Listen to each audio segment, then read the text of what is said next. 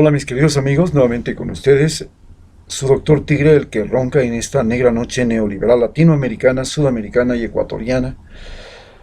Un consejero de internautas que hoy día les va a hablar acerca de cómo nos hemos vivido las diferentes revoluciones en el Ecuador y cómo estas revoluciones ahora nos están conduciendo hacia una nueva revolución generada por la internet y por la pandemia, y que aparentemente o inicialmente parece estar encauzada por el movimiento UNES, Unión para la Esperanza de Rafael Correa. Tenemos que partir de las revoluciones de la independencia del Ecuador que suceden en el siglo XIX. Desde comienzos del siglo XIX, acordemos que en 1802 y en 1810 vamos ya a los primeros gritos de la independencia, y en 1822 nos independizamos de España, que, igual que lo que está pasando en este momento con la posibilidad de liberarnos de Estados Unidos, que es otro imperio, ¿no? El imperio español era un imperio básicamente religioso, y este imperio religioso tenía como cosa más importante la creencia en un Dios. Era lo más importante. Lo más importante era creer en Dios, el Dios de los cristianos, y su fundamento era la fe. A esta fe le acompañaban rituales, sacerdotes y los dogmas de la fe, la Santa Inquisición. Por supuesto, los conquistadores españoles eran individuos convencidos de su fe y que llegaban acá. Pero la fe católica con la que llegaron ellos era una fe católica en la que lo fundamental era el perdón de los pecados a los ricos, a los conquistadores, que les perdonaban todo, todos los abusos, y el castigo a los pobres o pecadores pobres, que podían ser los mismos españoles pobres, que podían ser mestizos, indígenas, negros, pero era el castigo considerado castigo de Dios, castigo por faltar a las leyes de Dios, porque era un imperio religioso. Este imperio religioso cae con las guerras de la independencia, que es la revolución que separa inicialmente América Latina de España, del imperio español, de la corona española, y nos divide a todos los países latinoamericanos en más de 30 países, de los cuales 18 hablan español. Esos países crean cada uno un gobierno, y este gobierno es un gobierno que pretende no ser un gobierno dependiente de otra potencia extranjera, es decir, de alguien que decida por ellos. Ya no quieren que el rey decida desde Europa la suerte y muerte de los habitantes de América Latina. Ahora se crea una serie de países en la cual no se quiere que una potencia extranjera, sea Inglaterra, sea Estados Unidos, sea Francia, sea Holanda, Portugal, sea la que decide la suerte y muerte de nosotros. Pero fracasan, porque finalmente los ingleses logran apropiarse primero de los puertos y del comercio, y luego los norteamericanos logran apropiarse de los gobiernos y de las fuerzas armadas y policiales. ¿Cómo se consumió esto? Se consumió a través de lo que se llamaban las revoluciones liberales. A través de las revoluciones liberales, en cambio, nosotros logramos separar a la Iglesia Católica del Estado. Las revoluciones laicas o liberales comenzaron en América del Sur, comenzando por Ecuador, una de las primeras, y luego se extendió y terminó prácticamente en la Revolución Mexicana, que separó el Estado de la Iglesia. Y le dijo: hasta aquí no más, ustedes ya no pueden poner presidentes, ya no pueden controlar la educación, ya no pueden controlar la salud, ya no pueden ser terratenientes, ya no pueden ser explotadores mineros, ya no pueden tener estos privilegios, ya no pueden decidir quiénes son los generales de un gobierno, porque recordemos que la Iglesia Católica tenía dentro de cada uno de los ejércitos los cardenales de cada ejército, los obispos o los curas de cada ejército. Y igual que en la conquista española, Pizarro tenía que obedecer al padre, pues, al cura. Y Pizarro mató a Atahualpa porque el cura le ordenó, cura Valverde, y él le ordenó matar a Atahualpa. Y Pizarro no lo quería matar porque era su cuñado y tenía mucho aprecio por él. Entonces, si no lo hacía la Santa Inquisición, que era el cura Valverde, eso se mantuvo hasta el siglo XX. En el siglo XX se da la separación entre la Iglesia y el Estado. Y finalmente, después de eso, comienza una gran lucha vienen lo que se llamarían las revoluciones nacionalistas. Comienzan los nacionalismos a surgir en toda América Latina, especialmente cuando ya surge el movimiento nacional socialista y surgen los socialismos, también primero las revoluciones socialistas que intentan, pero no consiguen llegar a ser poder en América Latina con la Revolución de Octubre en Rusia, y luego le siguen las revoluciones nacionalistas. Las revoluciones nacionalistas llegan a Ecuador con el gobierno revolucionario nacionalista de Rodríguez Lara, una junta militar que logra privatizar el petróleo del Ecuador. Una vez que se da esta revolución nacionalista, en la cual el nacionalismo significa que los recursos naturales del país, todos, los recursos mineros, todos los recursos que están bajo el suelo, son propiedad del Estado. Esto también se da en México. Después ya en 1938, antes de la Segunda Guerra Mundial, ya México nacionaliza el petróleo. Y luego comienzan las series de nacionalizaciones, las revoluciones nacionalistas en toda América Latina, en la cual se nacionalizaba.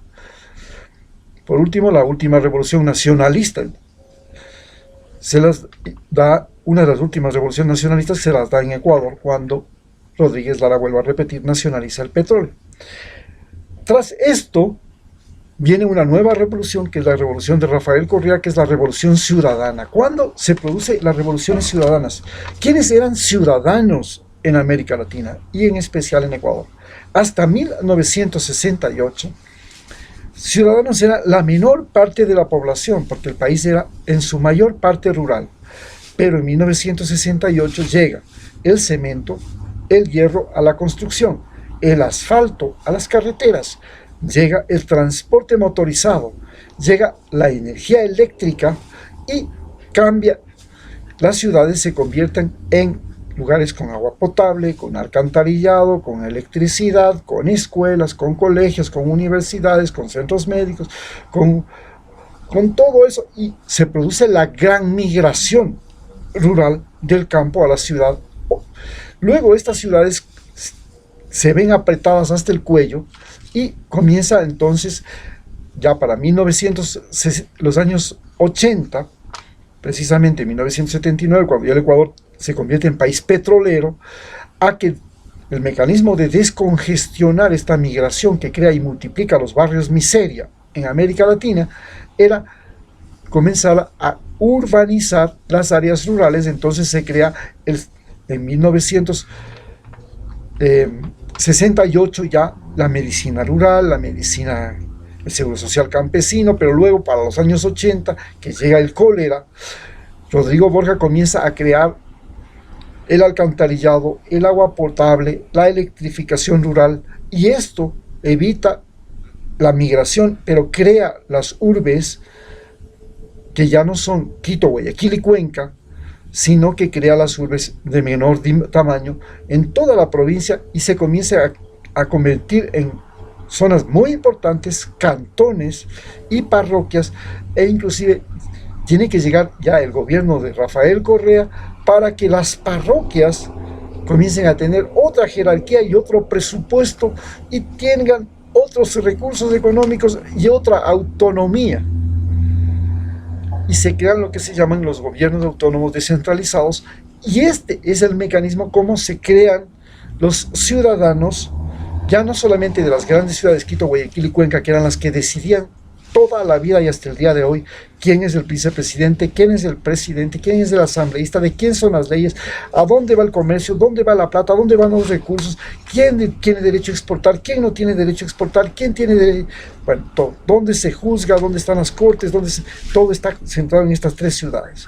Cuando llega este proceso de descentralización, se crea inclusive en el Ecuador un sistema dado por la Constitución que divide al Ecuador en 9 nuevas regiones, de tal manera que esas nuevas regiones compensen el poder de estas ciudades que tienen poder porque tienen un número de habitantes, y en la ley se permite a las ciudades que tienen mayor número de habitantes tener más asambleístas y tener más poder.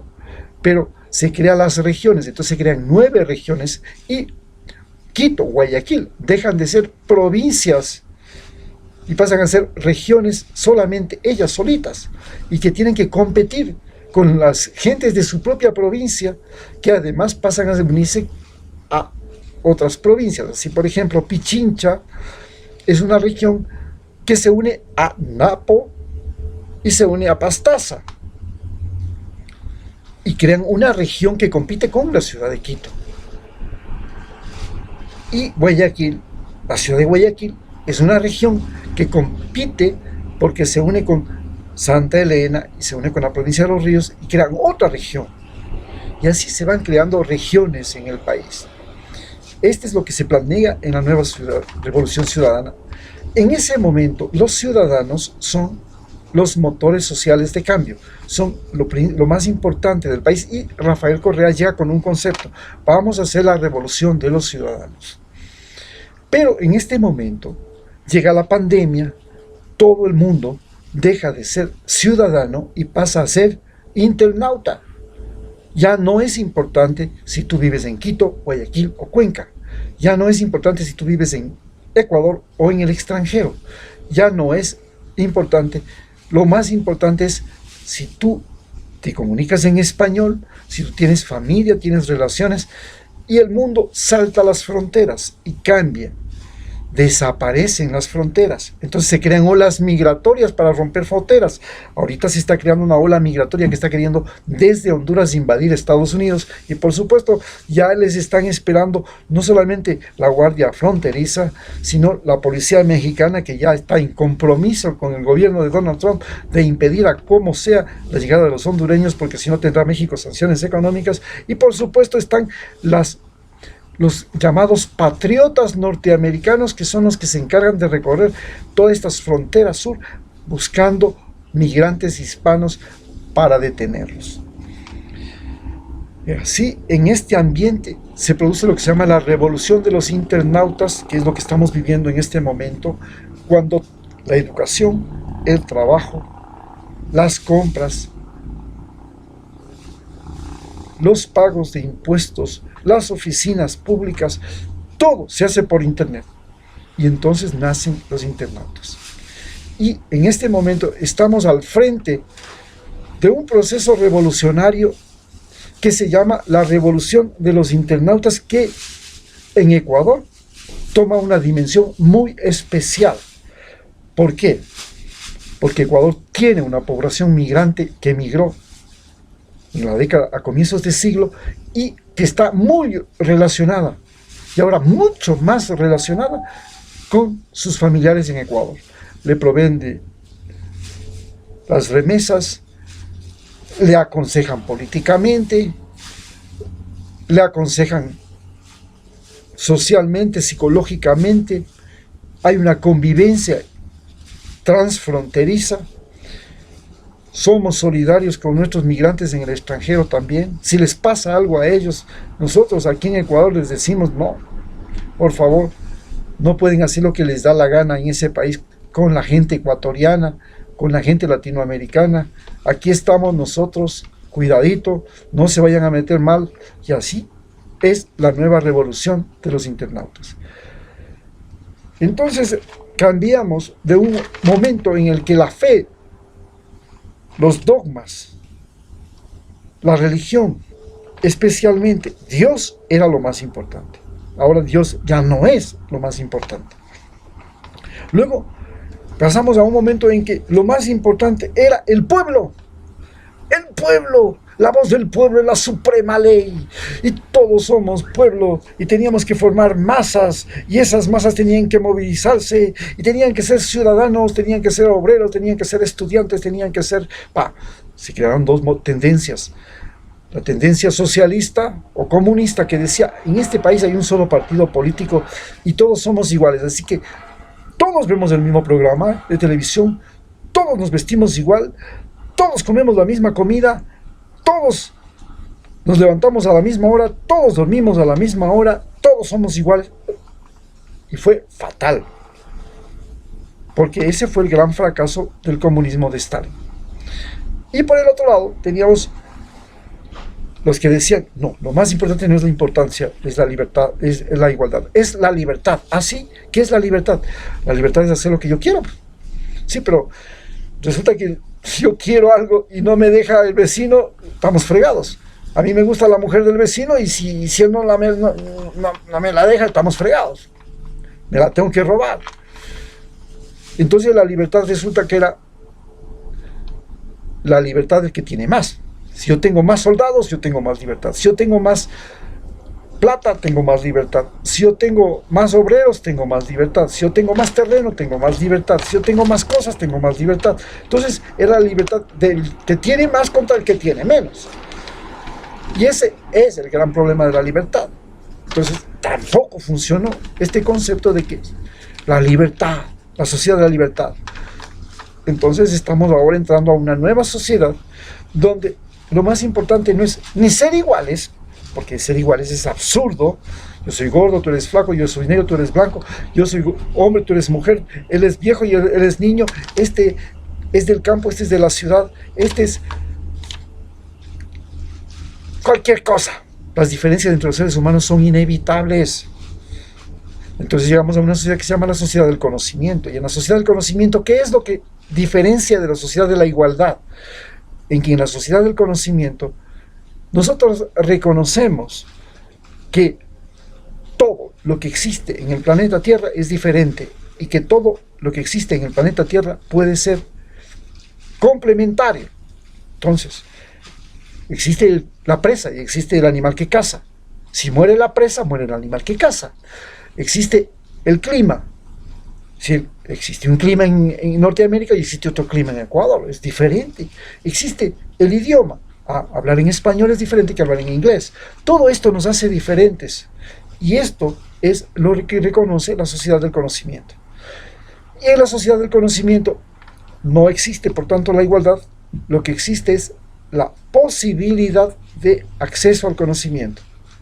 Y procuramos que haya la mayor posibilidad, no la misma posibilidad, sino la mayor posibilidad de acceso al conocimiento.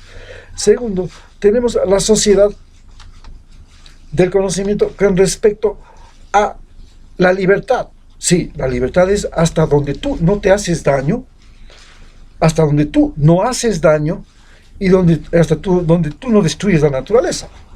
O sea, si tú vas a coger y te vas a coger y vas a hacer una represa en un río a tu antojo, y después esa represa resulta que inunda toda la región de abajo, no puedes hacerlo. Tampoco te puedes ir a hacer una carretera en la mitad de un bosque protegido, solo porque para llegar a tu hacienda. No puedes ir a pescar en un área protegida, no puedes ir a pescar tiburón si está vedada la pesca. Entonces, la libertad, el conocimiento es el que te permite a ti decir, sabes que la libertad llega hasta donde tú no haces daño a ti mismo. No te tomes tantas pastillas, te vas a matar, no seas loco. Hasta donde tú no haces daño a los demás. Oye, no puedes salir con una pistola a amenazar a los demás, que si no votan por Trump les vas a meter un tiro. Y no puedes salir a destruir la naturaleza. Si te dicen que hoy día no puedes salir a cazar osos en este lugar, es porque no puedes cazar osos ni cóndores, pues ya se acaban, están escaseando. Entonces esa es la nueva sociedad, la sociedad del conocimiento. Y a esa sociedad del conocimiento es la que nos estamos yendo a través de esta que se llama la revolución de los internautas. Muchas gracias.